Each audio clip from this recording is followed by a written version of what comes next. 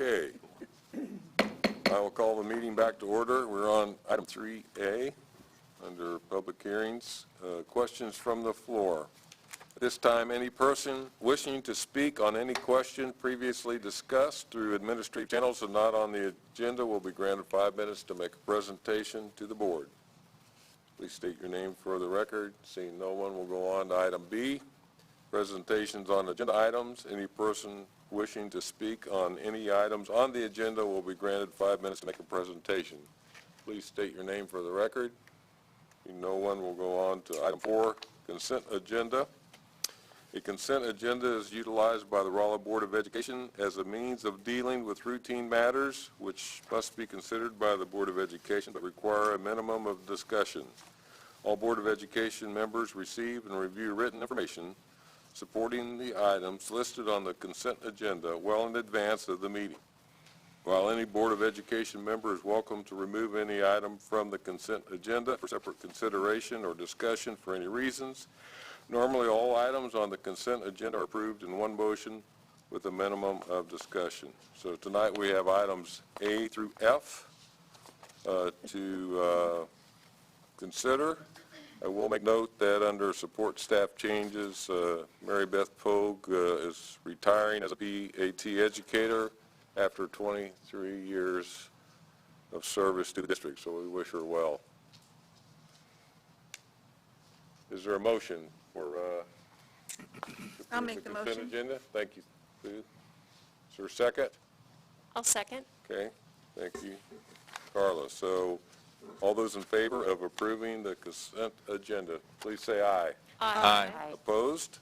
Okay, that motion carried.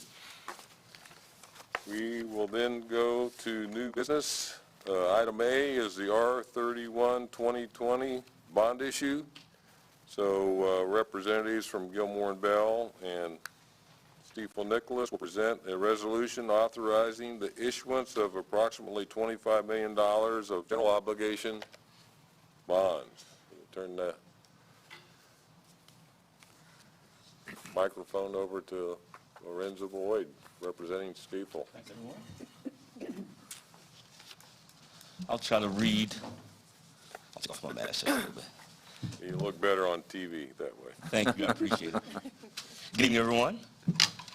So it's this side. So do I, is it this button? It should be, or I can roll through it if you want me to. Or is it on the side? Is it on? It's on. It's not on the side. It's not on the side. Yeah, it's on top. No. And do I need to point it somewhere? Now, if you hit it and it goes, I'm going to be severely upset. It's not. You're good. Good evening, everyone. My name is Lorenzo Boyd with Stiefel, and I have Sean Flynn with Gilmore Bell with me. First of all, I want to say thank you for allowing Stiefel Nicholas to work with the school district on this bond issue, and congratulations on the passage of the bond issue. I know it was a little bit delayed because of the pandemic, but it was a successful election. I think it was a pretty much a success throughout the state for most people that had bond issues on the ballot this past June. So my presentation is relatively short. It'll only be about 45 minutes. So just bear with me as I go through it pretty slowly. So We can take 45 minutes of good news. oh, exactly. Go ahead, Meyer, change the slide. Well, I can't see that, so I'll have to use this. So the first page, the first couple of pages is the debt profile for the school district. And as you can see there, the first series of bonds are your 2010 C bonds, which are your qualified school construction bonds, which do not have a call date because essentially those are only paying, the federal government is actually subsidizing you almost 95% of the interest on those. Is that working out? Yes. 75% of the, 95% of the interest on those bonds, so those are non-callable. So then you have your 2012 general obligation refunding bonds. Those bonds were used to refinance the school district's 2003 B bonds, and as you can see, there are about $2.1 million still remaining to be paid on those bonds. And then you have your 2015 bonds, your general obligation school bonds. Those were new bonding bonds that were issued an approximate amount of $4 million. Your first amortization is right around 2031, so you still have $4 million remaining there, and those are eligible to be called in March of 2023. Next page. We have your next series of bonds. You have your 2017 bonds. Those were also refinancing bonds, which have about $4.6 million remaining. Those bonds were issued to refinance your 2010 A's and 2010 B's, which were your Build America bonds. So those are refinancing bonds, and those have a call date or cannot be called until March 1st, 2027. And then we have what we're all here for today, the 2020 bonds.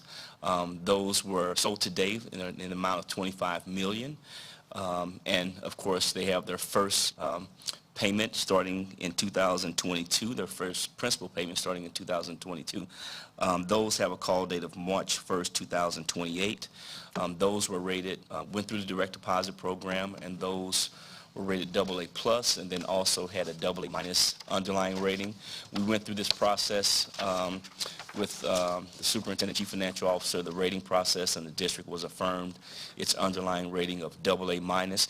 And later on in the presentation, you'll see a quick synopsis of where you stand versus others in the state. Your next page, in terms of your outstanding debt and your capacity. The first stanza basically is simply an overview of all the bonds that I went through on the previous 2 pages. Kind of shows you on an aggregate basis how much you have outstanding, including the 2020 bonds. So right now, you have $39.4 million of debt outstanding. And then the next stanza there is your debt limitation and capacity. That's simply just a summary of, as you all know, you take your assessed valuation, and school districts are, they have a debt limit of 15% of their assessed valuation. So with your assessed valuation of approximately $438 million, 15% of that is approximately a little over $65 million. And with the debt that you have outstanding of $39.4 million, that leaves you with a debt capacity of a little over $26 million. The next page. This is where we actually put an ad in the local paper, Rolla paper, for the bond issue, if anybody had any interest in purchasing the bonds. And so this was the full-page ad that we put out, and I think we actually put it on your website as well for anybody that had any interest in purchasing the bonds. We did have some retail orders. We have a local office in Rolla with 2 registered brokers, Jeff Brummett and Brad Boosie. They did put in for some retail orders that were filled. I'm not sure who those went to, but there were some retail orders that were filled for this bond issue.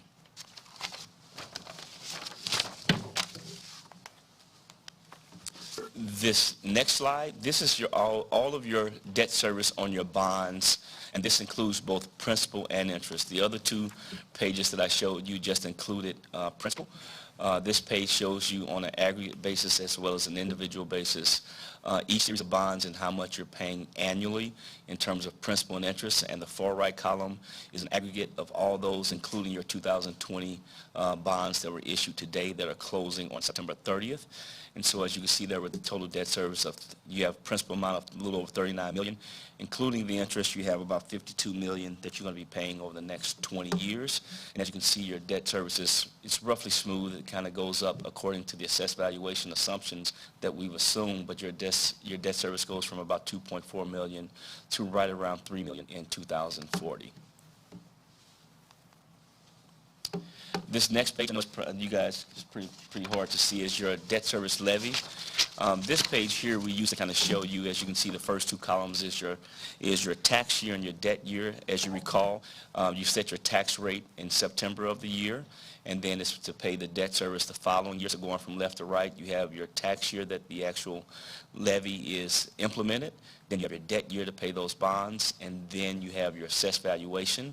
We're using 1.25% assessed valuation growth, but you'll see at the bottom your average over the last 5 years was right around 2.1%, so a little bit below your average, I'm sorry. So then you have your tax collection rate.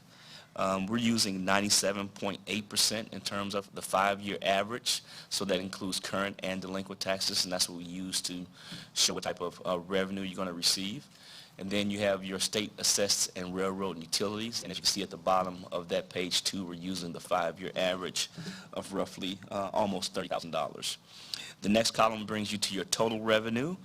And then what you'll see, the next column is your existing debt service. That was before the bonds that were issued today of $25 million. So that's your existing debt service. Then coupled with your new debt service of the 2020 bonds, you have your aggregate debt service and for the next 20 years. And then that next column is your required levy, and that's what you're required to levy each year. And with those assumptions of 1.25% and those various other assumptions of the state assessed railroad and utilities, as well as the tax collections that we're assuming. And the next column is your use of fund balance. You'll see there you're adding roughly, let's see, over probably on average for the next 10 years, about $155,000 a year to your debt service fund. And so as you can see there, you have a rolling fund balance that takes into account what you're paying that year, in addition to what you're adding to your fund balance, so you get that rolling fund balance. Now, obviously, that fund balance can change according to if you get a huge assessed valuation growth or a decline, so that number could change. And the far right column is the percentage of debt service. You're allowed to have up to 100% debt service as a reasonable reserve.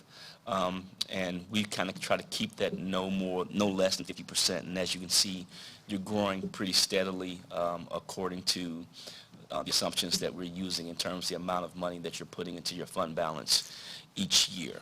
And I think that's in going from left to right. In 2000, if these assumptions hold true, then you don't get over 100% until 2031, I believe it is.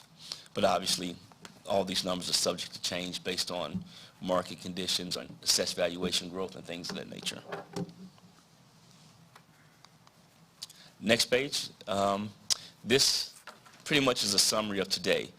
So today we went to the market with $25 million of general obligation bonds. We had a pre-pricing call at 8:30 this morning to kind of go over the market, to get an indication of where we thought we were into the market for our interest rates. And as you can see, we had a pretty successful day. We sold $25 million of bonds, and we actually received $165 million of orders. So if you want to applause now, then you can do that at this point. But we received $165 million of orders. We were very pleased with that outcome. That shows that there was a lot of demand for the Rolla School District bonds, so you're roughly 6 times oversubscribed. So what that allows you to do, if you have that many orders, obviously you have too many orders for the number of bonds to fill, so at that point you kind of lower the interest rates because you want some of those buyers to disappear. So if you're a buyer that's looking at a particular maturity that has a 1.5, if we lower that to 1.35, then obviously you may say as a buyer, I don't want it at that point because you took my order down from 1.5 to 1.35. So that's a natural progression of what we do to make sure, because we obviously can't fill 165 million orders. So as you can see with that number of orders, we were able to lower every maturity between 5 and 15 basis points. So with that, we received orders from 27 different investors. I kind of looked back before I left the office today, which was new to purchasing bonds for the Rolla School District. I was happy to see that Eaton Vance popped in. They haven't bought you guys in the past, and then Franklin Templeton, and then also the Net Group, which is a wealth management group based out of St. Louis. So I was happy to see new orders from those 3 institutions. And then there was a host of other buyers as well. And then, as I mentioned previously, the district did qualify for the Missouri Direct Deposit Program, whereas your state aid is intercepted each month and goes to a direct deposit trustee. And you were affirmed your underlying rating of AA-. And as you can see there, there are a little over 500, I think 526 school districts in the state of Missouri. 181 schools are rated by Standard & Poor's. So with the AA-, you're in the top 25% of all school districts that are rated by Standard & Poor's in terms of that underlying rating. Which is, if you're not familiar with an underlying rating, that's equivalent to an individual credit score. So think about it in this capacity. If you're going into a bank to get a loan for a house or for a car, and you had a 600 credit score, that's the kind of the equivalent thing of having an underlying rating for a particular bond issue. So the higher your underlying rating, the lower interest rate you're going to receive, as if you have a higher credit score you're going to get a lower rating when you go to borrow money to purchase a home or a car or something of that nature. And so with the rating report, there were two things that they always put in all rating reports in terms of ways that they can see that possibly could lower that rating. And one of the other things, too, I was very pleased about, with the pandemic that started roughly in March, as you know, the bond market kind of closed down for a period of almost 6 weeks where there were no bond issues being completed. So I know a lot of school districts, a lot of issuers, I should say, just not school districts, but a lot of issuers, because especially if they're relying on state aid, they have been getting downgraded just because of what's happening today. So I was pleased to see that they remained, you guys, at AA minus and also had a stable outlook. But they did note a couple of things. They said S&P's report discussed a potential upside scenario if the district's local economy were to diversify and expand substantially or demonstrated by higher income indicators and continued development. So those are reasons that you could get an upgrade from AA minus to, say, AA or AA plus. But they did also say that they could, a potential downside scenario being that, meaning that you could be lowered from AA minus, which we don't want. That if the district's reserves, and this is your operating reserves, so not your debt service, excuse me, were to fall below 20% of operating expenditures, or if you continue to draw down, or if you did draw down on your reserves each year, they could see that as a potential reason why they could potentially look at downgrading. So the fact that you got 20%, I think if you keep it that level, I think you're in good shape. So this is probably hard to see as well. I just wanted to give you guys a synopsis of, as you can see, the number of orders. So if you look towards the back end, that's the later. You had 20 years of bonds. So as you can see towards the later end, some of your bonds, like in years 2038, 39, and 40, they were more than 7 times oversubscribed, and then some of the earlier maturities were, 5 and 6 times oversubscribed. So meaning if you have $5 million of bonds in that particular maturity, let's say, then if you were 7 times oversubscribed, then you had 35 million of orders for $5 million of bonds. So we were very pleased that there was a lot of demand in the actual later years for your bond issue. This next page, this is what we actually, I think this is there's only, I think, 20 more pages after this one. So this page, we went into the pricing with 25 million of bonds, obviously. We were projecting, I'm going up about a 2.31%, what we were projecting in terms of true interest costs, with a project fund deposit of 26.3 million. Since we had so much demand for your bonds, we were able to lower the interest rates, as I mentioned, 5 to 15 basis points. So your true interest costs went from 2.31% to 2.24%. And that also, because we lowered the yields, increased the amount of premium that you're going to receive. So the actual project fund deposit was around 26.5, a little over 26.5 million, almost 26.6 million. And as you can see there, that last stands over there, the last spreadsheet or table, that shows you where we lowered each maturity and how much we lowered each maturity. So we were looking just at, for instance, in the 2022 maturity, we were going in with a 29 basis point yield. We lowered that to 24 basis points, and just kind of going down to the very end, we were looking at a 2.03% interest rate for that 20-year bond. We lowered that 15 basis points to 1.88. So just to put that in perspective, the 20-year bond has a yield of below 2%. So that's incredible. So it's a great time to be borrowing money. So with that, I think that's the end of my presentation, and I'll be open to any questions. If there aren't any questions, then I just think we need a passage of the resolution. And then we'll be prepared to close on September 30th. And then at that point, it'll be happy spending.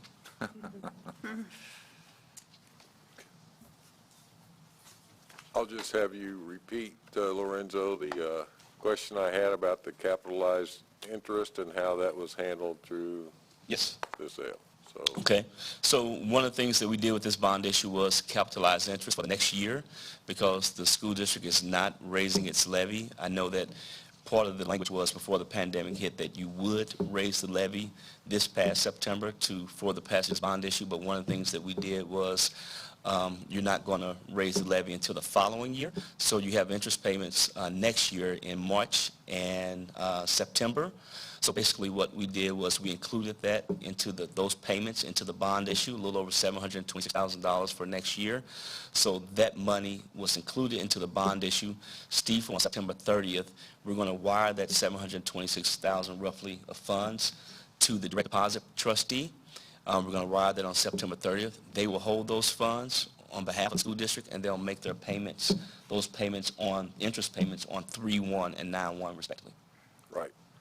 And that $726,000 is not included in the $26.6 million that we're going to receive. Right, so that's the little over $26.6 million. That's net of the $726,000 that's going to be done for capitalized interest. So that project fund deposit that you see is actually your spend.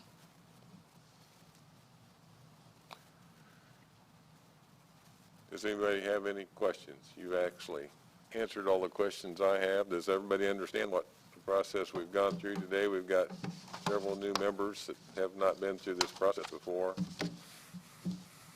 So a couple years ago, we selected Lorenzo's firm to handle the bond sales for us. And Yes. so this is his first opportunity to perform. I hope I did well. So, yes, he did. Thank you. Yeah. Thanks, everyone, and I All think right. all we need So is we need a resolution. a We need a- resolution, and I think I need a mask in the mail. That's the only thing I need. So I need a resolution authorizing the issuance of approximately $25 million of general obligation bonds. I'll make that motion. Okay, thank you, Charla. Thank you, Mark. All those in favor, say aye. Aye. Opposed? That motion carried. So my signature's good. Thanks, everyone. Thank Have a you. good meeting. Thank you for coming, Lorenzo. Thank you. Yeah. Appreciate you coming you. down. Oh, I forgot to ask you, do you have anything, John?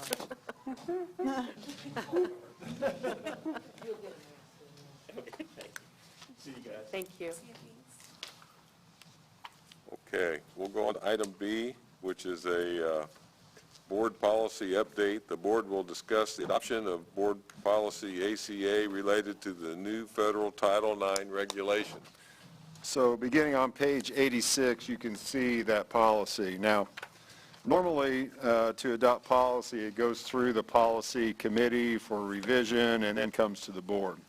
However, this policy was written directly to address new federal law, new federal Title IX regulations.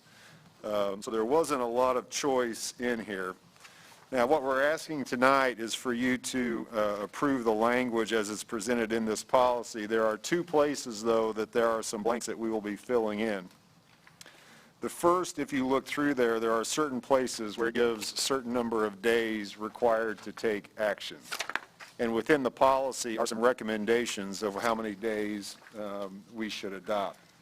We would like to adopt this policy with the recommended number of days as they're written in the policy currently. Now, what we're not ready to finish yet is throughout the policy, we also have to name several staff members to play roles within this new Title IX process. Dr. Dare attended training this morning. We have more trainings coming to help us understand the roles and who would be good to serve in each of those roles. So we will be finishing that part before we submit this to MSBA. But what we're looking for tonight is your permission to use this policy language, identify the staff members who will fill each of these roles later, but have the policy passed so that we can move on this and be in full compliance with the new Title IX federal regulations. Okay? And I guess I should jump. Title IX, so this is sexual harassment law. This is new guidance from the federal government on how to handle certain specific types of sexual harassment cases, ones that are very severe and pervasive. Not everything falls under Title IX. So part of our determination, if we should ever have a case like this, is whether it falls under this policy or a previous grievance policy where it doesn't qualify for a Title IX case. So this is for a specific set of sexual harassment cases. policy AC is still in effect, but just covers other than Title IX. Yes, sexual so we won't be rescinding that policy. That will be standing in addition to, and we'll be making determination which policy, if we have a situation, which policy is the more appropriate one to use.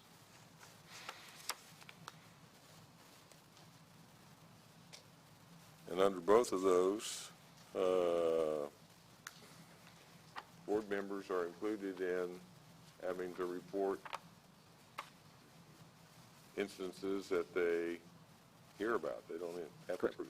So for those of you that are new, and you should have heard all that during your training, Tracy, you may not have had your training yet, but we're included in that policy. So, and I don't think we have to determine which policy it fits under. That's for the coordinator to figure out. Correct. Okay. Yes.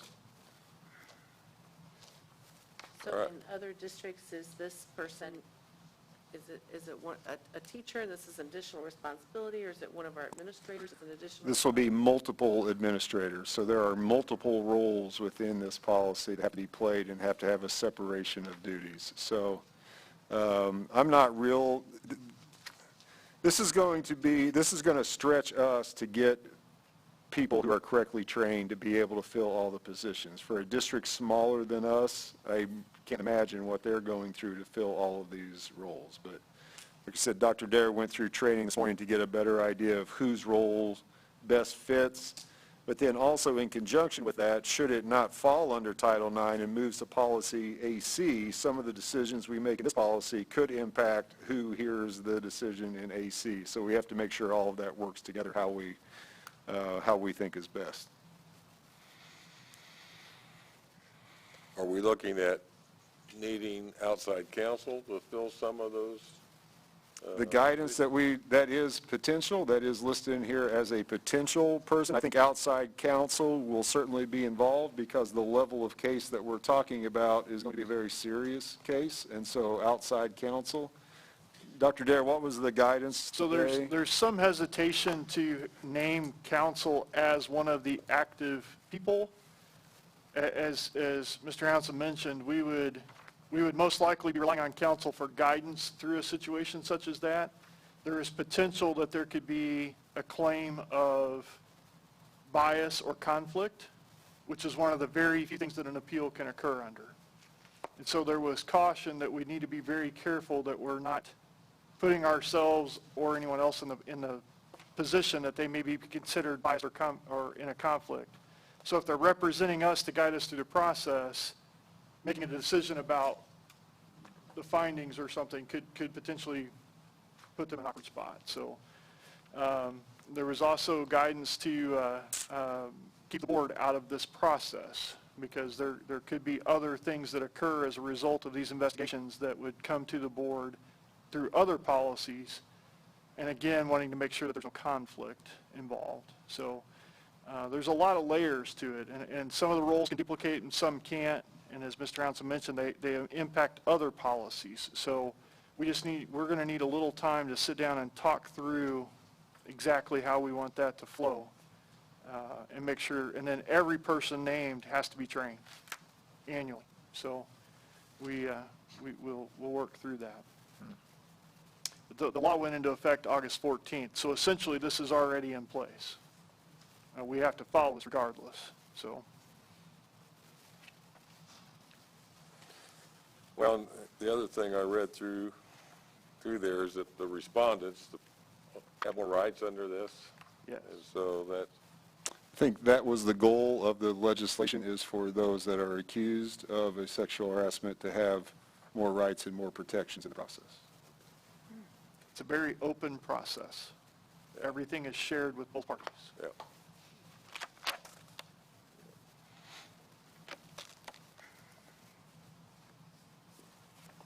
So we need to adopt this? We need a motion. So we do need to adopt it, and then Yeah. we can move forward with finalizing the roles and send it to MSBA. And maybe you could send us back out what that policy Yeah. looks like after it's Yeah. completed. So I need a motion to adopt policy ACA related to the new federal Title IX regulations. I'll make that motion. Thank you, Brian. I'll second it. Is that Sue that said that? Okay. Didn't see her lips. Okay. All those in favor say aye. Aye. Opposed? Okay, that carried. Next up is item C, FY '21 budget amendment. Kendra. Okay, so the updated budget document can be found on page 111 of your board packet. Summary and detailed information is following that. I have updated beginning balances with last year's ending balances. So once I did that, the ending fund balance was updated to 19.01%. Then I moved into fiscal year '21 adjustments. So as we've discussed the last few months, due to decreased revenues thus far from the state level, I've adjusted the district's budgeted annual foundation formula revenues by $612,000. I've decreased them. However, I've also made adjustments to account for an increase of CARES Act revenues from the county and the state in the amount of $419,900. So that offsets much of what we're losing from our foundation formula revenues. I've also updated state and federal programs. Back in June, when we finalized the budget, I don't have all of those final allocations. So I now have those, so I've adjusted the revenues and expenditures accordingly for those. I've also done budget supplements for the additional cost of hotspots and online learning for the year. So far, we're estimating both of those total to be about $314,000. And as we discussed in last board meeting, I've reduced the professional development budget by about $82,000 since we're going to have much less travel, lower conference costs since most of them will be virtual, that type of thing. So to recap, our original budget projected an ending fund balance of 15.83%. We then increased it, ended up at 19.01% when I adjusted for the last year's ending balances. After these adjustments, though, we're back down to 17.82%. That is above the 17% floor by board policy. So I think that's still good.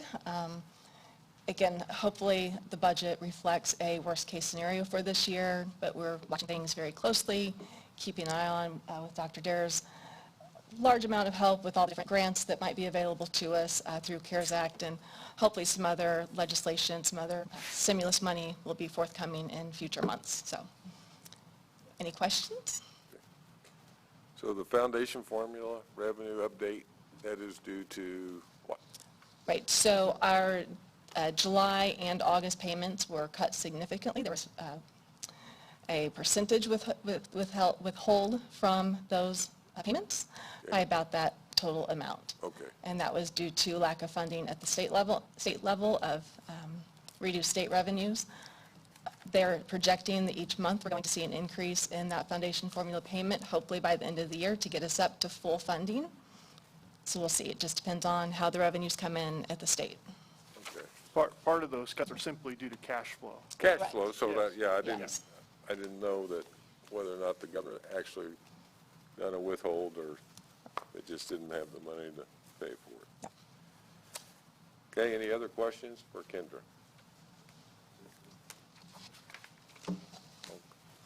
Okay, I just need Okay, we need approval of the a budget. motion to approve the budget amendments as presented. You I wanna make a motion to approve the budget. Thank you, I'll second. Tricia. Thank you, Darla. All those in favor say aye. Aye. Opposed? That motion carried. Thank you. Okay, item D is for an additional nurse position, and Dr. Dare is going to make some comments on that. Get us up to speed.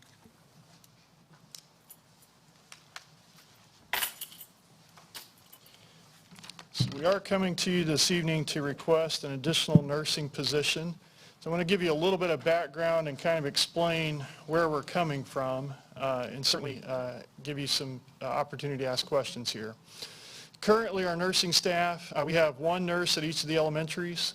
I did put a note, Wyman Elementary at times in the past has had two nurses, one for the early childhood program. That's only on an as-needed basis, and that one is funded through early childhood funding. So if we need it, it's funded. Currently, we don't have any students that require that level of care. Middle school has 2 nurses, as well as high school because of student populations. Keeping in mind, middle school has over 900 students, high school is typically over 1,200. So even with the 2 nurses, that's a large load. Those LPNs have been classified in the past as float nurses. The idea in the past was that if there were events going on in the district, or a crisis occurred, or a screening or something along those lines, those float nurses would move to the other buildings to assist. With there being 2 nurses in those buildings with the student populations, it's very difficult for them to shift because it leaves a large burden on, you can imagine at the high school, 1 nurse for 1,200 kids is almost unmanageable, to be quite honest, under normal circumstances. RTI and RTC currently have no assigned nursing staff. We do cover those if need be. If there is a situation, we have people available to get to them pretty quickly. We also have the nursing instructors that assist us from time to time if there are situations that arise. So there is care available, but there's no one physically in the building for them. Our Director of Nursing, Laura Robinson, and I want to pause here and just say, please understand that I think our nurses are doing a fantastic job. There should be nothing in this presentation that construes otherwise. They're all doing an incredible job. We're very appreciative of them, and they do wonderful things for our kids. Laura serves as our Director of Nursing and has fulfilled that role. This is her 2nd year. Some of Laura's roles, in addition to being one of the high school building nurses, her role as director includes these responsibilities. I'm not going to read those to you, but I want to point out a couple. The recruitment, development, evaluation, monitoring of the district nurses is a big piece. We have several nurses that are relatively new to the district within the last couple of years. And so being able to support them, answer their questions, guide them, make sure that we're providing consistent care throughout the buildings, we feel is very important. She does a lot of coordination with external organizations, be it the health department, Phelps Health, Mercy. There's a ton of things through the health departments in county, your community health, all those, the Smile Mobile, all those things run through Laura's office. She helps coordinate those events, the screenings that occur in the buildings that they're assisting with, dental screenings and those things, she is in charge of. She keeps all the supplies and inventories ordered and in stock for all buildings and all the nurses. In addition to, all of our classroom teachers have small first aid kits. Some of the more specific programs have specific first aid kits. So she also maintains and organizes all of those. The immunization tracking is a big piece. As you all are probably aware, Missouri requires certain immunizations at certain age levels for students attending public schools. So it is her responsibility to collect that information. We literally collect shot records from every individual student, and she goes through and checks those for compliance and then notifies the parents if there's anything missing or any shots that need to be taken to be updated. The last few years, but especially this year, we've seen a lot of increased demands placed on our nurses. Student health and wellness has become a hotter topic maybe than it had been in the past. There are a lot of chronic health issues seemingly increasing in level, and those range from anything from asthma to diabetes at higher levels than what we've seen in the past, all the way up to severe levels of health issues where we're dealing with students with feeding tubes and those seizures and different things. So there's definitely a level of severity that has increased. The health screenings have certainly not gotten less. There are more and more of those that are required, and more of those that are just quite honestly a good idea. It's not that we think they're a bad thing. They just need to happen, and we're very fortunate to have the community partners that help us. But they do take time, and they do take our staff away from their day-to-day duties. The medications I don't have listed on here, but as you can imagine, they dispense a lot of medications in a day. We try to work with families to prevent that from happening, but some students with their dosages have to take those medications at school. We work with parents, and we make sure that happens. And then, of course, we have the COVID impact, and it would be false on my part to say anything other than that's been very heavily placed on our nursing staff. They are helping in the buildings. They're not solely responsible, but they are a large part of the tracking that goes on as students are returning to the buildings especially.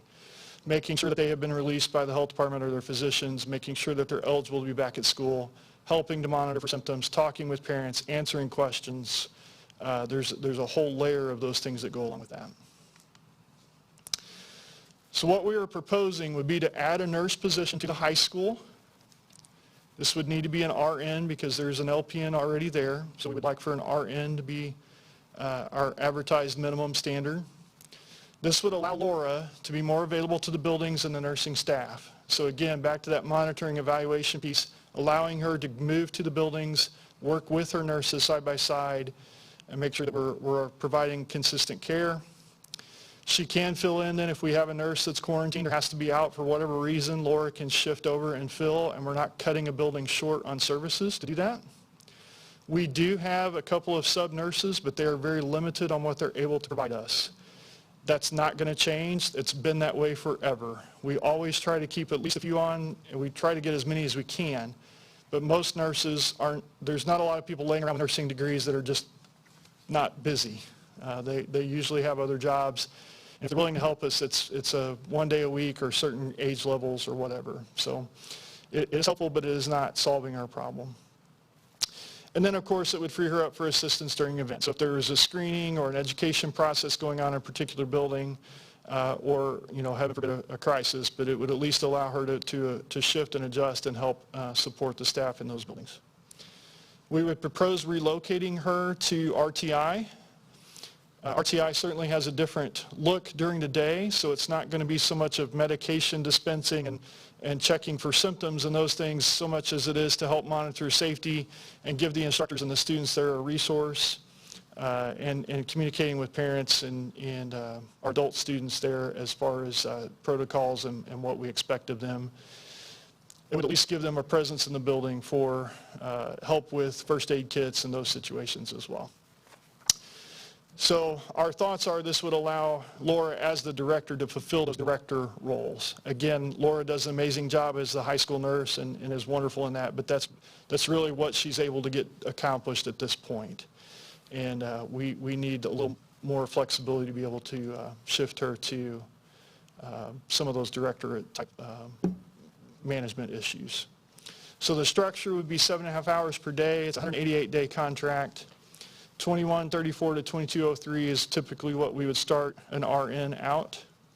Again, RNs can make better money than that anywhere. So the thing we have to offer is the set schedule and the climate. So it's not always easy to find nurses, just to be honest. And we're very picky and very demanding of who we do choose. But you can see what the full year salary equivalent would be. That's just salary, so there would be benefits as well. Obviously, it would be prorated for this year, but that gives you an idea of where we are. So having said all that, are there questions, concerns, anything that I can address for you?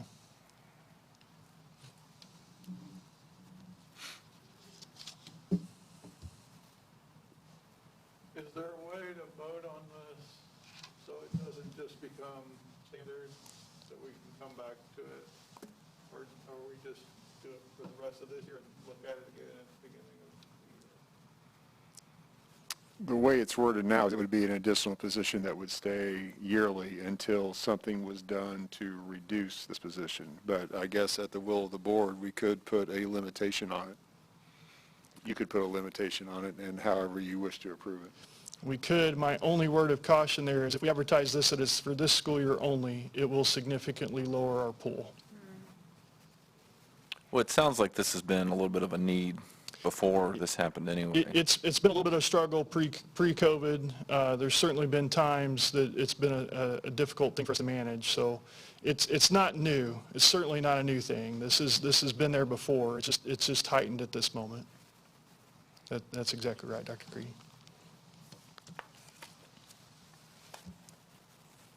So what I could suggest is that if we have an opening in a nurse position down the road, that would be the time that you would That's a good point. talk about not filling that position. That would be your opportunity to say, do we still need a this extra nurse. Okay. Which is what we do with teaching staff. So that'd be Yeah. the same process. Good.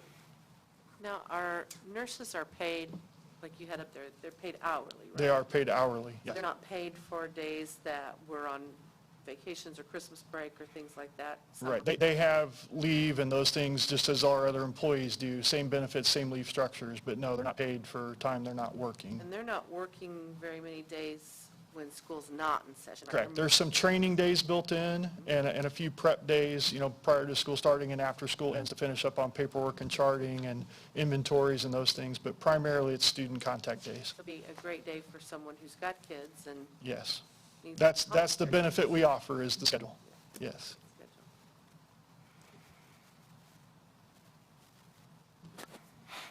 Okay?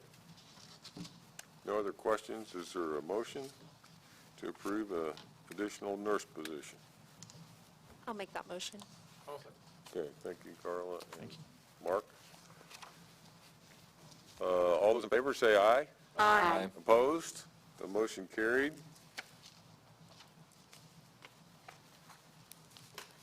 Board of Education future issues, our additional meeting dates for this year are 2 weeks from now on Thursday, October 1st. 2 weeks after that, Thursday, October 15th, then Thursday, November 19th, and Thursday, December 17th. We'll go to old business once Dr. Dare gets a drink, because we got the long-range facility program update, which I'm assuming puts you somewhere. Yes, sir, yep. Okay. I'll just do this from here if that's okay. I sent you all earlier, but you have perhaps a larger copy that's maybe a little easier to look at. And I didn't project this because there's no way for it to look like anything other than a bad Sudoku puzzle maybe. So what you have in front of you is a draft calendar of the projects that we have discussed as part of R31 2020. These are still being adjusted some based on just ongoing information, but we're getting pretty close to feeling like these are pretty solid. I'm not going to read these to you or anything. I would note to you that this is somewhat the order that we have talked about. There are a lot of factors that go into that. Part of that is just thinking about contractors and who might want to bid on multiple projects and the similarities and differences between those projects. Part of it is the engineering and design loads that are involved. And then also the phases of construction at the high school are certainly an impact. So you will see that RTI will actually move through the process the fastest. In short, there's less engineering and architecture involved there. Just as a reminder, that is mostly modifications, refurbishment of restrooms, facilities, those kind of things. So the load there is significantly less, so it will just simply move faster. It wasn't that we designated that as most important or anything else. It's just a way to move through the projects. Junior high will likely be the next project. Again, that's a fairly simple, it's one location at the building and one basic structure with the possible alternate for the existing band room. High school is important, and especially with the 3 phases, we want to get on that one as quickly as possible, but the designing and engineering process in that one is going to take longer. So that's the reason for that to be stretched out a little bit. It's just more involved. And as you can imagine, with the 3 phases and the level of redesign and structure changes that we're making to that side of campus, it's highly involved outside of just adding the gymnasium on. For example, we have to deal with drainage and all those other issues in consideration of the other phases. So there's a lot of things going on there. Truman is fairly straightforward. We are exploring some options on all of these projects. That's one of the things I would say I've enjoyed working with Honer and Associates. It's my first experience to work with them, but we do have conversations about what if, and a lot of times we say, well, we're not doing that because, but that's okay. we're knowing that that's not a good option for us. So there may be times that we bring some of those options to you for your input and guidance on, but we're working through those processes as well. And then safety and security, one of the questions that came up, there was a lot of assumptions that this would be the first project we would do. We're actually holding on that one a little bit till we get the firm design plans on the other projects so that we're not duplicating any work. And we want to make sure that we're not doing things in one aspect that's impacting the other projects. So there's a reason that was put off a little bit. It's not far down the road, as you'll see in the calendar there. And again, these are drafts and so to change. We have weekly conference calls. We met today. I say conference calls. They're usually, I think Mark likes to keep me on my toes. We change formats every week, seems like. So this week we did Microsoft Teams. It was the first time we did that one. But it works well. We looked at some original, not drawings at RTI, but some highlighted areas for options for restrooms, reconfiguring some restroom spaces. Just talked through some options that we want to explore. We ruled out a couple of things that were discussed originally that are just not options because of elevations and different parts of the building. Now we've got into engineering that are not possible. We do have the site survey in process, so RTI is almost finished. Archer Elgin is doing that work for us here in town, and so they're working through those pieces. At RTI, that is probably the one that's impactful the most at RTI because we are dealing with the restrooms and water supply and everything over there, so those city mains and things play a larger role there than some of the other facilities because we're looking at the building as a whole, not just the area we're adding on to. So that's kind of where we are at this point. Happy to entertain any questions. I know I didn't go into a lot of detail on that, but there's just a lot of detail there. So, questions, thoughts? Thoughts, just have to be cognizant that we're going to be working at RTI while school's in session, so we'll have to coordinate that so that we can continue to have classes there, have bathrooms there. Yes. So they are working during the summer, but it continues on through the fall. I was going to point out also, since the public doesn't have this, anybody listening in, we're really looking at completing all the projects other than the high school theater and band rooms by 2 years from now. So we won't have them next year because we'll be doing construction. We're doing design this year, but the following year, everything but the theater and the band rooms will be done. So, yeah. So the high school project, they split that into 3 phases. Yes. And I'm assuming that the contractor can move forward, except that with the constraints that we have to have the gym to use. Yeah, those are really the driving forces, and we discussed the fact that Phase 2 and Phase 3 may not have to be separate. There may be work that can happen concurrently there. We have it listed kind of separately here, but knowing that those could actually probably overlap some. But our plans, again, just as a reminder, would be to have one contractor on that project so that they're fully aware of the impact of each phase on one another. Yeah, that's a good point. So the 2 parameters we have there are really the only external parameters I guess we have. One would be that the gym has to be completed before we can demo the old gym, of course. And the second is that our lease with the Cedar Street properties runs through December of 2021.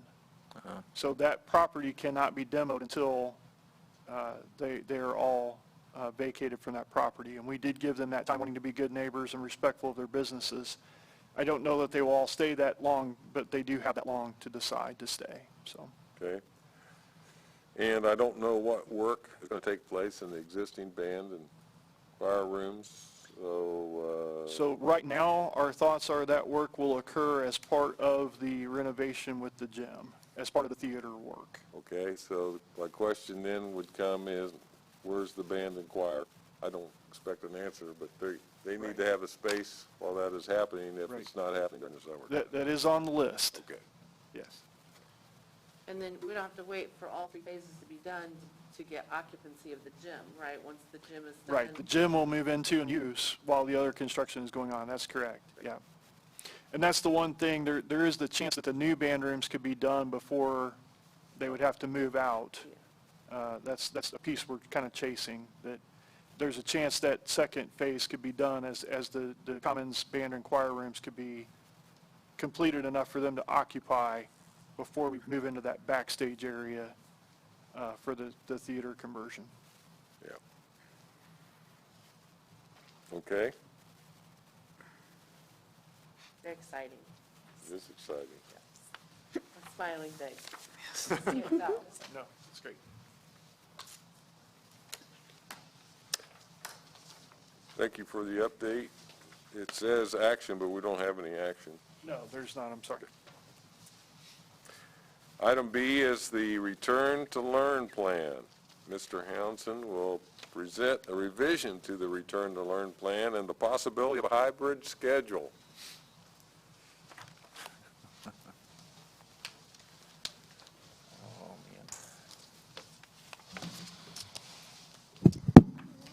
So as I mentioned at our last meeting, we'd like to propose a revision to our Return to Learn plan.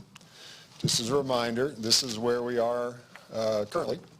We have 2 current instructional options that are listed in black.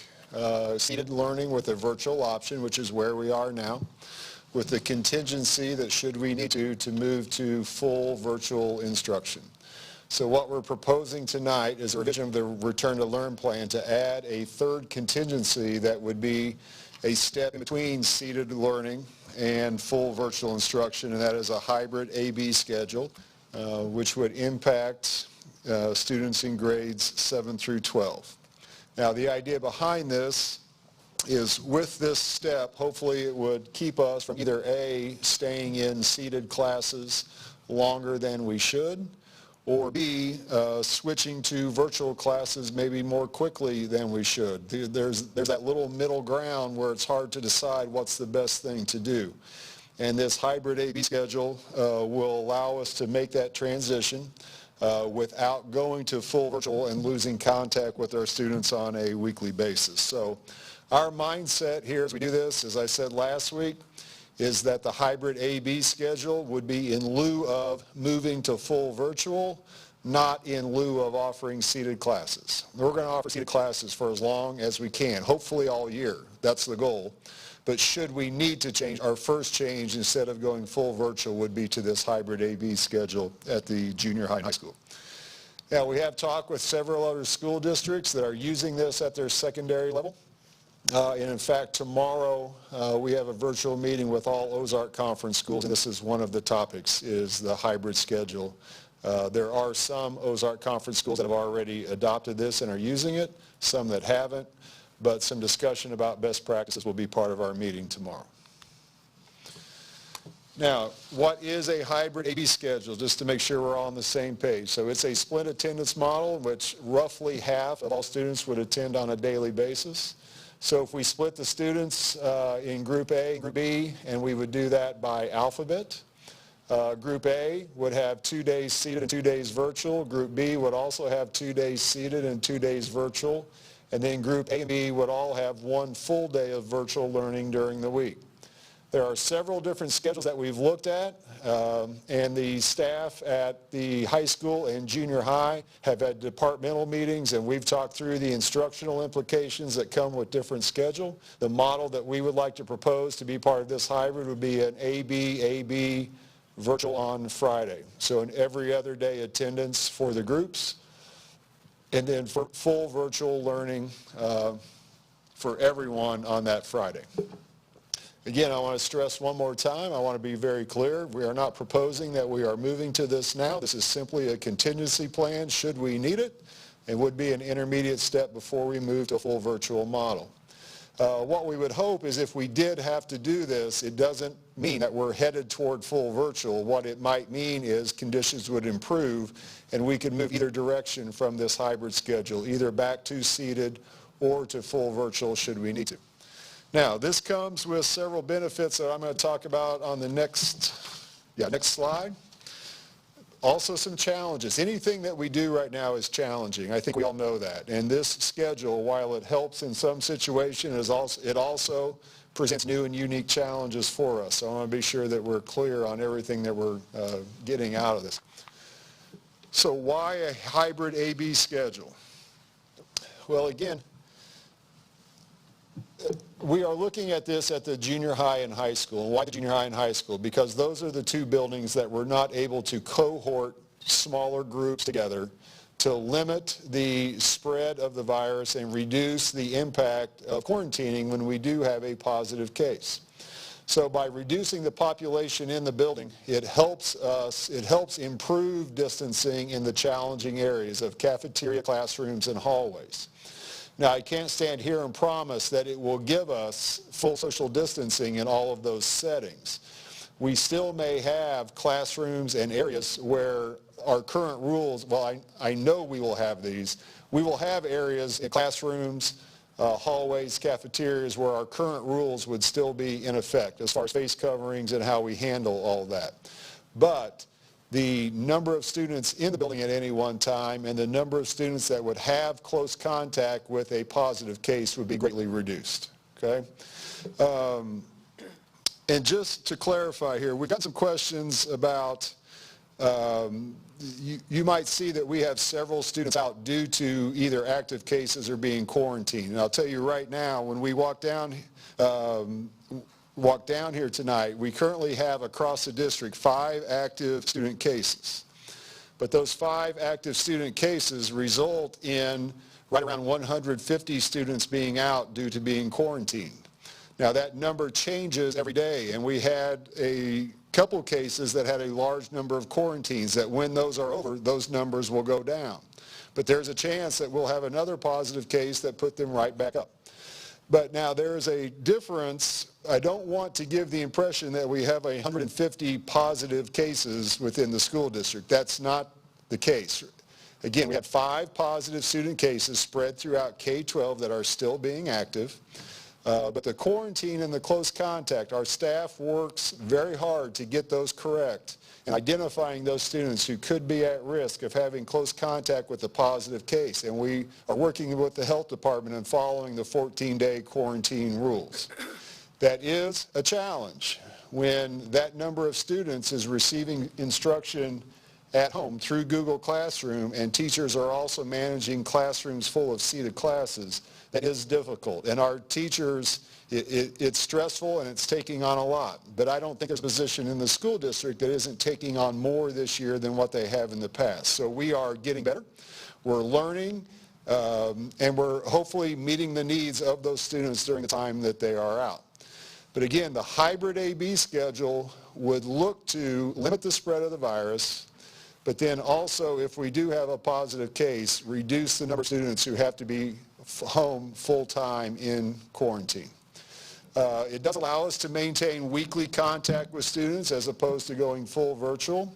But I want to be clear, this does not help us if we are having staffing issues due to teachers being quarantined, because teachers are still there 5 days a week working. At least 4 days a week we'll have seated kids, and then on the 5th day we'll be on site at school working with kids in a virtual setting. Okay, so it does not help with staffing issues, which, by the way, we had as of earlier today 11 staff in quarantine.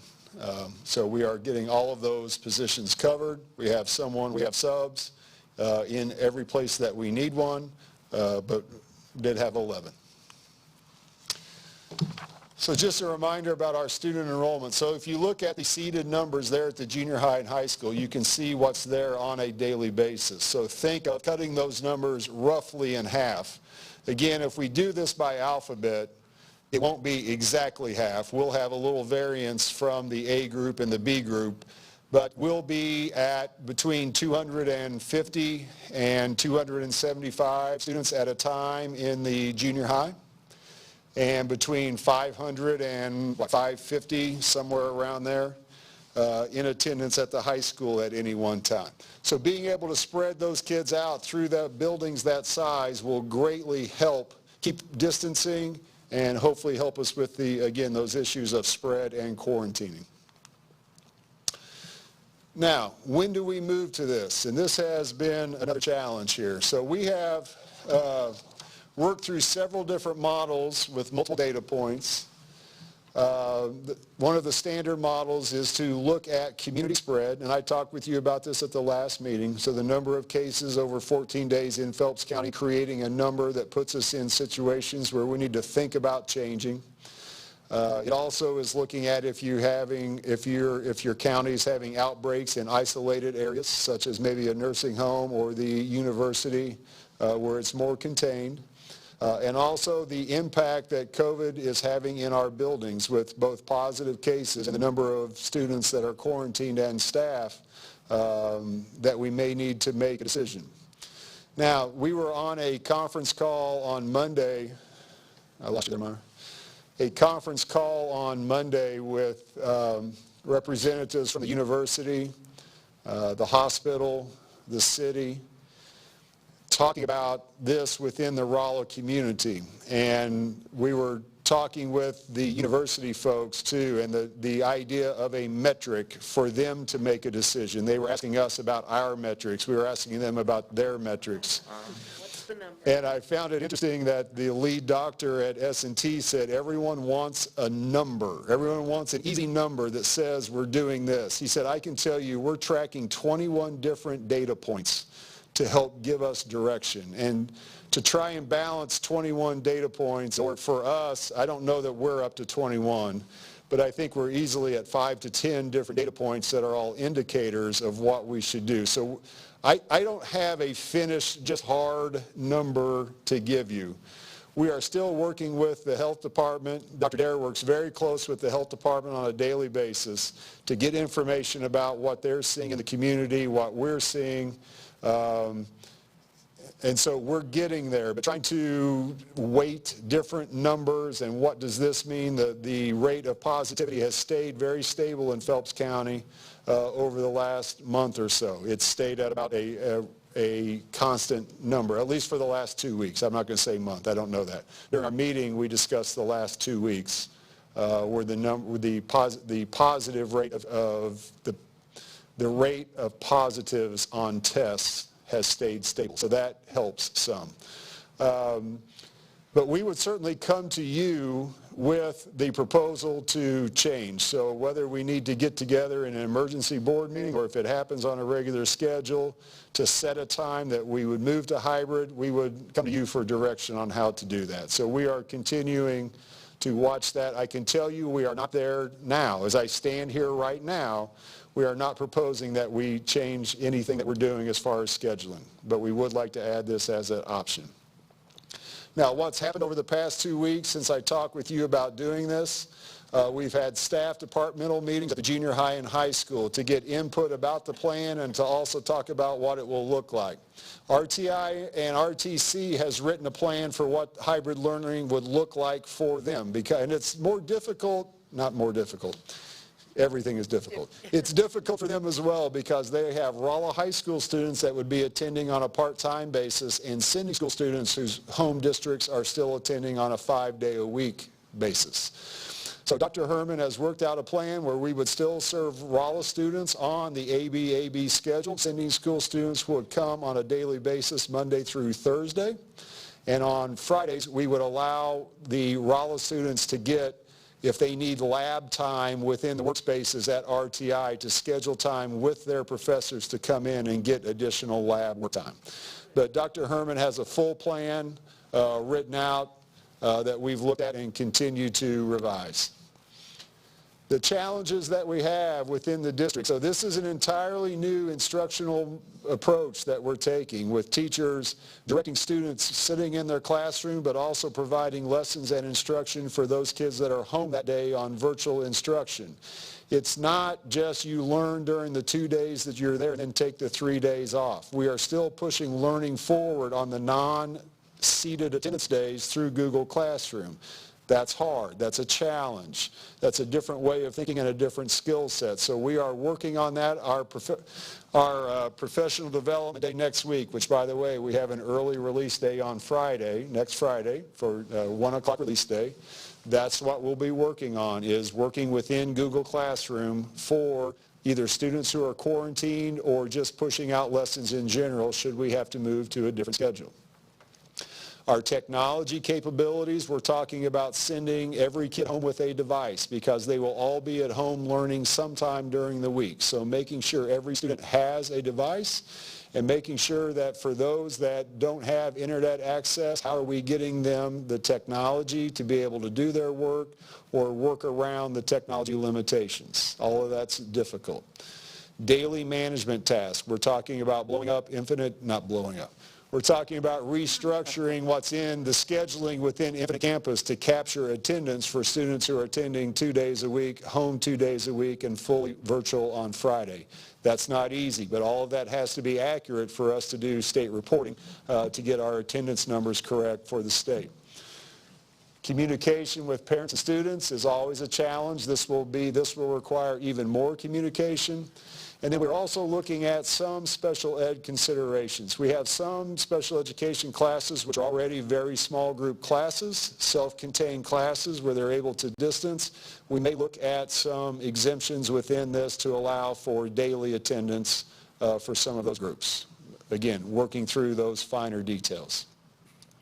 We will continue to work with the Phelps-Mary's Health Department as we move through this to get guidance on both when it may be time to do something different within our school or with conditions within our community, and also obviously some help on the metrics that we would use to help make that decision. Obviously, we're coming to you tonight for board approval to simply add this as a contingency. We will also come to you should we want to make this change to get your approval to make that change, and the reasons why we are doing that. Had Gina work on just a infographic to explain this so you can see this would be the type of communication that we might use. We've named this just for now a maroon group and a gray group. We may come up with something catchier, or hopefully we never have to use this and we don't have to worry about what the names are, but just in case. This would be the type of information that we would push out to kind of help students and parents understand what their schedule would look like. Not to get too far in the weeds here, but you can see we've used the alphabet, last name A through L, M through Z. We know there may be families that have kids within the same household that have last names that fall within those different groups. We would allow parents the ability to contact us, and if that's the case, get their kids on the same schedule. That's not a hard and fast. That's a general. That's where it worked out to split our kids the most evenly. But if we have parents with unique circumstances, we would certainly work with them to get what works for their, for their family. Before I move on to just a brief update on food service and have Dr. Dare, questions, comments about anything that I've said here as far with the hybrid plan? So this is a next step down? This is a next... From this next step down? Yeah, if I go back to this schedule, it would fit there kind of at level 2. Next step down, and then a potential full closer, then maybe a step back up, or so. Yeah. Gives you that extra. Yes. What about our paras and some of our, they're not necessarily teachers, they're there for the students, and on that virtual day, they work hourly? So we may have some that are still working depending on what we do with special education, but food service and bus driving would be off on those days. Is this going to be an all or none for the junior high and high school, or could the junior high potentially do this and the high school's fine? I don't think we're locked into doing that. I think we would have the ability. I don't know that I would see us splitting that just... I don't know how well that would work to have different buildings, but I've learned during this time to never say never to anything. So we don't have those tied together, but we are not proposing to move down past the 7th grade with this type of learning model, at least not yet. So you would need your bus drivers. That is correct, thank you. Yeah, we would need the bus drivers, yes. And you may need some of your kitchen staff that you can look at the high school or junior high for the other schools. Yes. Okay. Yep. Just real quick, going back to your, about the active cases and for staff, how are we doing on subs? Subs are a challenge. So far, we have not had a situation where we have had a class where we couldn't find someone to cover, but that has at times been with some creative uses of maybe Title I teachers or paraprofessionals within the building that we can use. But as of today, we have no classes right now that don't have subs. The numbers are lower than what they typically are, what we have available to us on a normal basis. But we are making it. We could use more. If anyone wants to sub, please contact central office and we can get you signed up. But so far we're okay, but it has been challenging. I would say, do you want to talk about transportation? Yeah, I was going to add that probably our greatest challenge right now is transportation. So we do have some routes that we've had to just double up. So we have some students who've had to shift their schedules 30 minutes for the busing, just simply because we don't have enough subs. There's been several days over the last couple of weeks where we've had all of our teaching staff that are eligible to driving, plus Scott, Loretta, and our mechanics. So everybody on campus with a license has been driving, and we still didn't have enough drivers. So we're struggling there. So definitely, if you know anybody willing to drive a bus, we provide training and we pay for the training time, so we'll help them get going. And I'd like to mention, That's been the biggest challenge. I think it's a good thing we don't have a set number for when we determine when to go to this.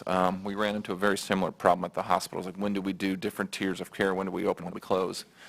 And after doing this for about 6 months now, it's kind of like you know when you see it now, because we know if these things happen, this is when we're going to have to shift. So with time, we'll get a better handle on when this needs to be done. But I think setting a set number of cases or percentage of people infected is not a great idea. So you talk about our limited number of cases and the larger number of quarantined students and staff, and we really haven't had an issue with quarantined individuals becoming infected still? I would lean on Dr. Dare has been in more close contact with speaking with the health department more often than I have. I'm not aware of cases. Choose your words carefully. Yeah. Before I answer your question, I would just add here, the three folks we've had the most contact with at Phelps Mary's Health Department, Patrick Stites, Julie Conway, and Julie Wiles, have been fantastic.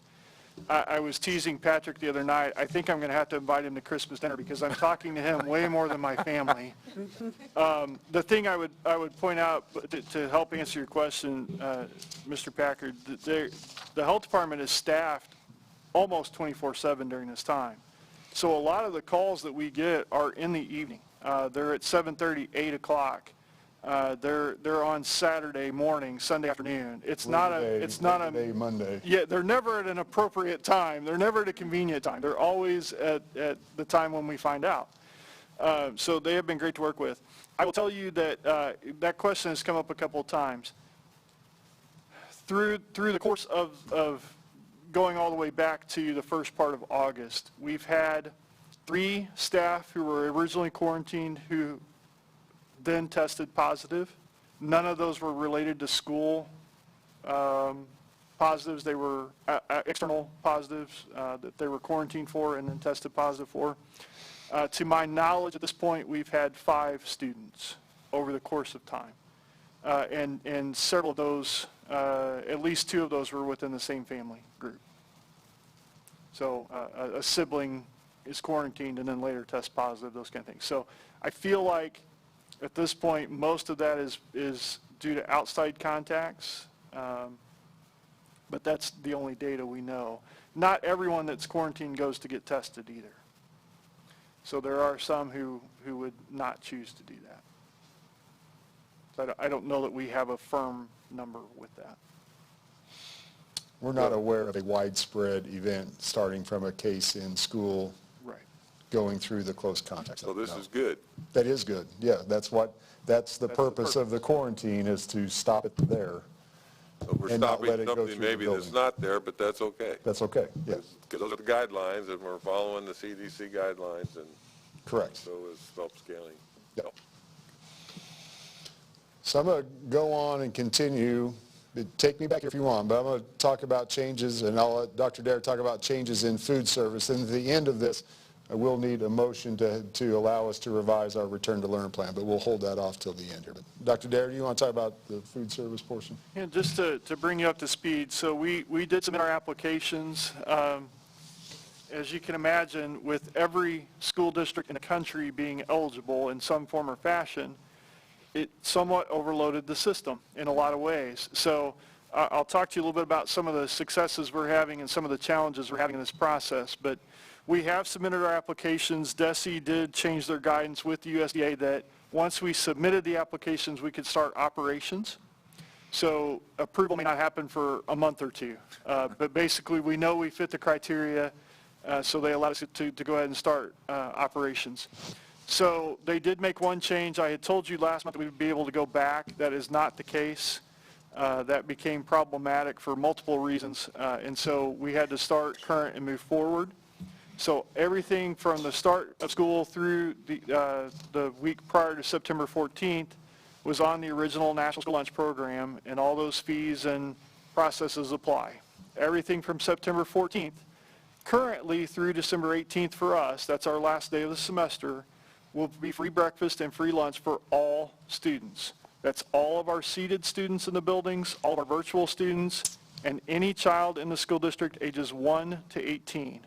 That is also a little change from what I told you last time. They lowered the age to 1. So a couple of challenges we've had with this and a couple of questions I would just throw out at you. We've had some questions about why we're not doing hot meal pickup. And quite honestly, that's just a safety issue. We cannot maintain hot food temperatures for meal-to-go pickups. We just can't. And so we're not going to take the risk of taking on a foodborne illness in the midst of all this other stuff. So that's just not an option for us. There are cold items in those packets, and we are able to keep those cold, and we did notify parents that are picking up and reminded them that they do have refrigerated items that would need to get to be refrigerated. They can't leave them in their car all day. Okay, go to the next one. So currently, and this may change, but currently, we are having pickups at the high school cafeteria drive. We've asked all parents that are picking up not to get out of their car. This is how we did it in the spring. They pull up, we go out, ask how many they need, and we take the meals to them. So we're doing that from 10 to 10:30 a.m. in that circle drive down by the high school football field. On Monday, every child gets the equivalent of 2 breakfasts and 2 lunch meals. And on Wednesday, they get the equivalent of 3 breakfast and 3 lunch meals. So this week, being our first week, on Monday we we gave out 138 packages. On Wednesday, we gave out 146. And if you do the math on that, that's a total of 1,428 meals. So that was just our pickups. That's not what we served in the building. It was just pickups. So we're pretty pleased with that. A couple of other challenges that we've had in case you get questions.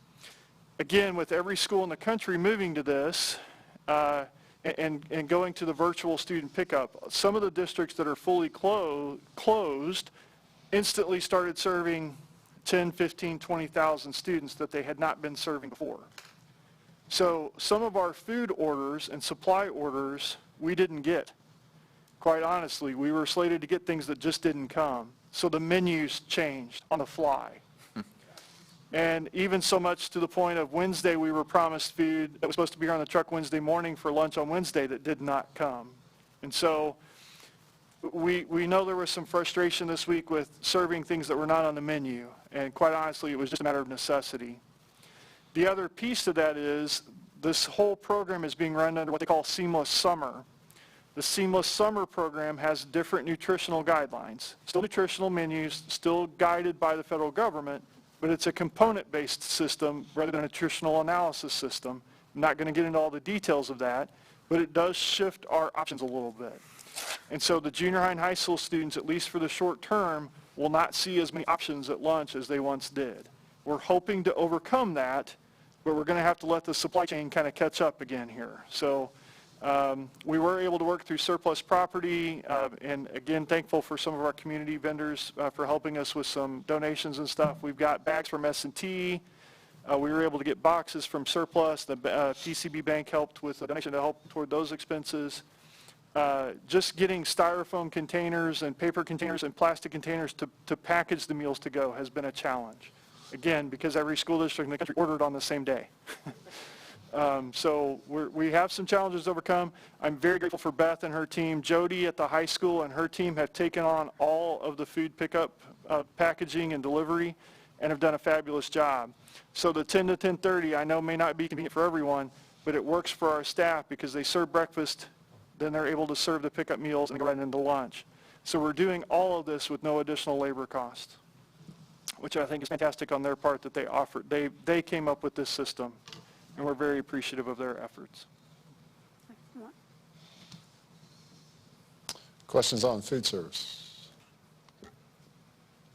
Okay. So at the end of this, I would ask if we could have a motion to revise the Return to Learn plan to include the hybrid option as a choice, knowing that we will come back to you prior to implementing it with a recommendation that we change our schedule. Okay. Do I hear a motion? I'll make the motion. Thank I'll you. second. Thank you, Brian. If there's no other discussion, all those in favor say aye. Aye. Opposed? Thank you. Okay. So that the revision has been approved. Does anybody have any comments before I call on Mr. Hounston? I will note that the MSBA Fall Conference is next week. It's a virtual conference, Thursday through Saturday mainly, I think. I didn't see what was on Sunday. I did not see times for all the concurrent sessions. Director of the CDC is scheduled to speak at one of the general sessions, so that should be interesting.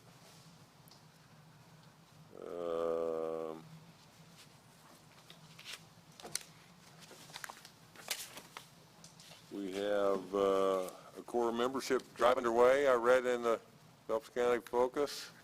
And so, yeah, I did attend a couple of weeks ago where I normally make my donations, so they were making a plea for membership. And then,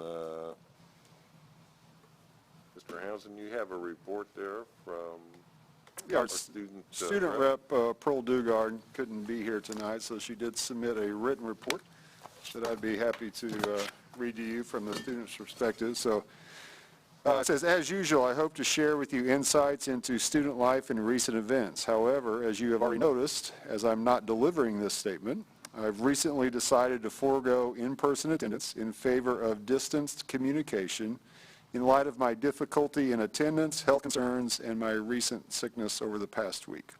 Hopefully this will be more convenient for everyone. I'd like to take this opportunity to share with you my experience as an online student during a time when the majority of the student population is attending in person. I take a mixture of courses between the Edmonton platform and Launch, many of which are AP or upper level coursework. My first few weeks have been difficult due to issues encountered through the Launch program after they've experienced an unexpected amount of enrollment, which, by the way, what she's talking about is with everyone offering virtual learning, the Launch program became overwhelmed with the number of students and had difficulty finding enough teachers to cover. So they have had a rough start due to just the overwhelming demand for their classes. Significant textbook issues encountered by Launch, leaving me unable to complete many of my assignments for the time being. However, that issue has now been resolved. One of my biggest struggles, and probably a struggle for many virtual students, is maintaining an appreciable participation and attendance within extracurricular activities or athletics because of our unique situation. There are many of us who have yet to get our licenses, don't own our own vehicle, or otherwise aren't granted the flexibility to attend, so it can become difficult to stay connected to campus when there is a considerable focus on the in-person students. She has had some sickness also and states that that has been difficult with her online classwork. as compared to being in person, because there isn't really such a thing as a sick day for online and makeup work. There's a calendar and keeping pace, and that has been difficult. She says, overall, I feel that virtual students are just starting to come out of that beginning of the year uncertainty that the in-person students have already completely surpassed due to the new adaptations we must take as individuals and students without the solidarity of a majority virtual student population. So moving on then from kind of her experience in the learning world, some events at the high school. In other news, the football homecoming candidates were announced recently, and voting has opened for all grade levels through a virtual poll. Next week's homecoming spirit days have also been released, with some of the themes including tie-dye, beach day, and twins. The homecoming football game will occur next Friday, and we also have an early release day next Friday, which I mentioned, Professional Development Day release at 1 o'clock. Extracurricular activities and sports are ramping up as we pass that beginning period of the school year, where all of us must settle into our new classes before figuring out the rest. The boys soccer team had a game last night, and we'll have an invitational this weekend. The girls golf team will have a tournament tonight, and a variety of other athletic events are occurring now and in the near future. Most notably, beginning September 14th, Rolla Public School has been serving meals, and she goes into some details that we just talked about, so I'll skip over that. Additionally, sign-ups for AP testing and similar standardized tests are now open, allowing underclassmen to better prepare for the college admissions process and earn credit for secondary education pursuits. That's all I have for you today. Thank you. So again, that's from Pearl Dugard, our student board representative. Great. Thank you, Mr. Housen.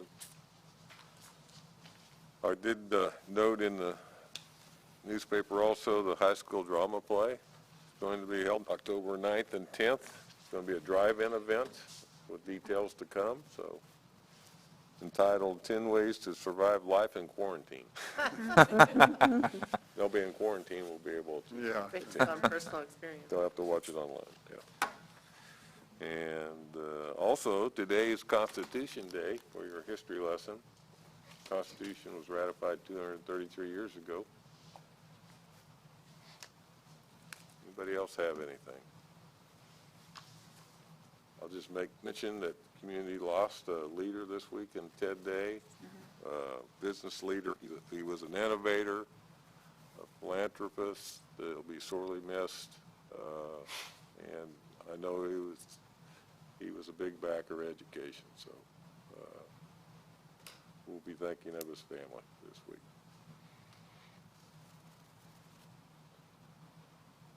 If there's nothing else, I'm open for a motion to adjourn. I'll make that motion. Okay, thank you, Brian. Is there a second? Second that motion. Okay, all those in favor say aye. Aye. Opposed? Okay, we are adjourned. Sometimes we're so fast we forget to do that.